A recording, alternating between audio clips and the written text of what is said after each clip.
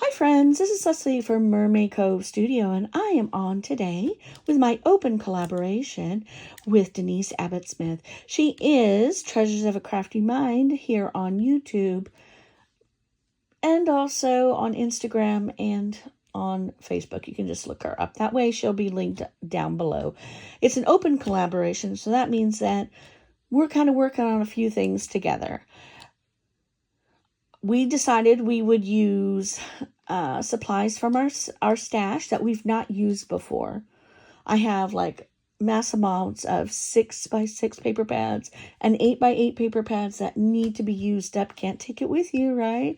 And also dies. I've purchased dies that I said, oh my gosh, I need to have that in my life. And then I get them and I put them away and I don't use them. Why? Who knows? I get busy with what's new and current, and some of these have been in my stash for a while and I have not used them. If you've seen anything like this before, it's not because I made it, it's because somebody else made it. And then I'm like, ooh, maybe I need that die. Found the die, got the die, and actually never used it. So I did it, I used it. So we'll talk about the ones that I have. But we are dropping videos Wednesdays and Sundays at 9 a.m. Pacific time. So let's take a look and see what I am working with today. I've got fall and Halloween out on my desktop because I'm participating in a couple different, not collaborations, but swaps and hops. And you got to make stuff, right? And you've got to have stuff on hands to put together either a quick card or a quick something or other. And over the coming weeks, you will see a variety of things happen. It's not necessarily going to be Halloween. It's not necessarily going to be fall. It could be anything. But mostly, it's going to be something that I've not used before. So currently, what I am working with is Simple Stories. I love the Simple Stories paper. Actually, I have not met any paper that I didn't really love the most. I love double-sided paper, although sometimes you get the double-sided and you just don't want to cut because it's so beautiful on both sides. So sometimes what I do is I order an extra pad or extra papers to fill in. I'm notorious for that. So if it comes to tags, if it comes to 3x4s or sheets like this that have cutouts that you can use for other things, then I'm going to have extras of them. So here we go. This is for my Halloween paper. Some of the paper I have actually used on some fall things because, I mean, you can use any of them. The colors work, and so I've used them.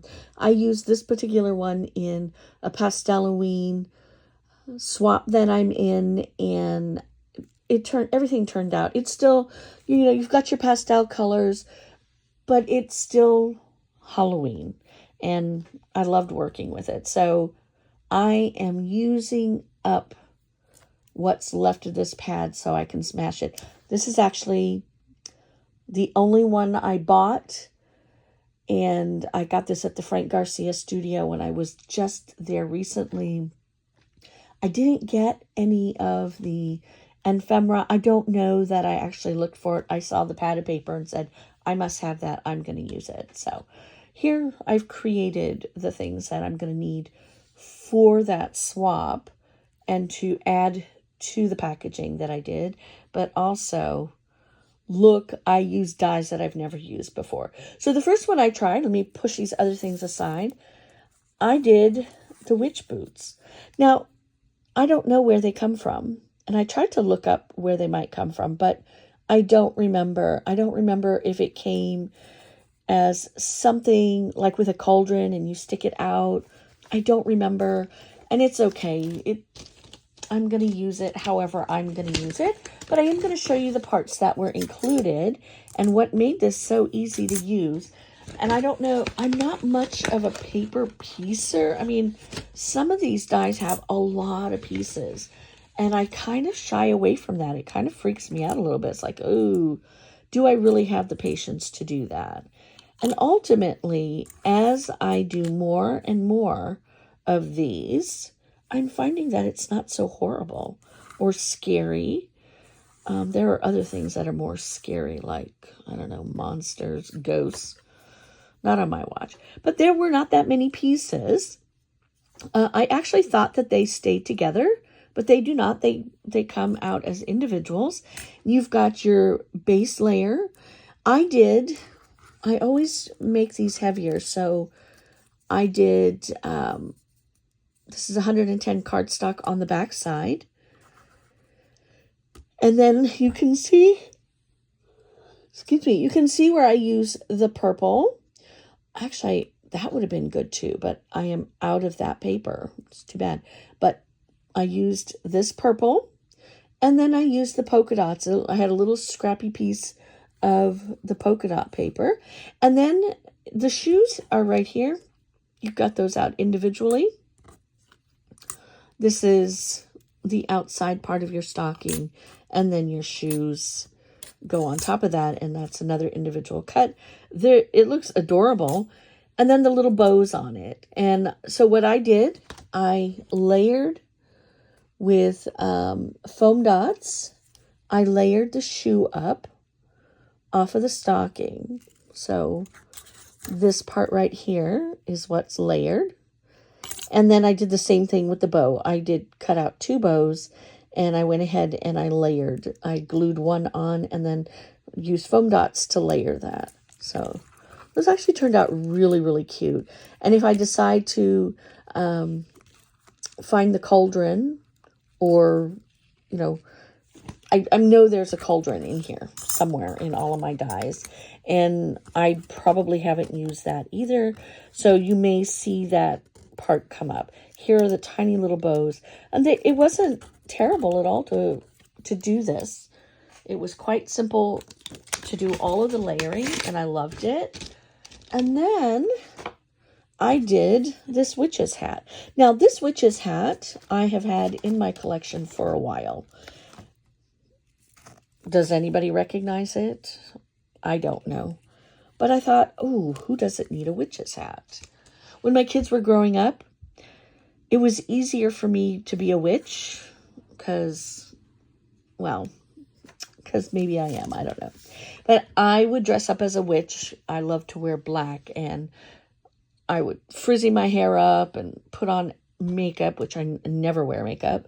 And I put on some colorful makeup, find a witchy hat. I'm sure somewhere in my stored goods there is a witch hat. And I would go out with my children, and we'd go trick-or-treating in our little neighborhood and just have a really good time. It was a whole production. It was a lot of fun. Fond memories. But these are I'm going to show you the pieces that were part of this. Now, did it come with anything else? Oh, I don't know. If I look, it might be KS Craft, but I honestly don't know. This is the base, and I did the same thing. 110 cardstock, and then I did, I'm going to say this is 65 pound black, layered that up, just glued one layer. If you want to make this into a shaker, you can. And you might see that in the coming weeks. I can see that. I probably should have done this way. But it is what it is. Okay, so here we go. You can do a shaker, and then this is the bands that go across here, and here's the buckle.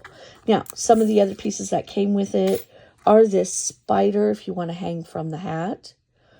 And right now, that's not what I chose to do, and there's even this cool bat. So if you want to gussy that up a little bit, yeah, we probably could. But it leaves it open. I've got a basic hat. You kind of put these in your stash, and then you have it to work with, right? So this was the hat, and it looks like it can go either way. It looks like it was supposed to go this way anyway, but I do what I want, I guess. And then I did these, and I can't tell you how easy they were. But again, some things look a little intimidating. So I have a flower punch, and I will show that to you again. I brought it out on my desk to use. This is the flower from here. And I've had this for a very, very long time.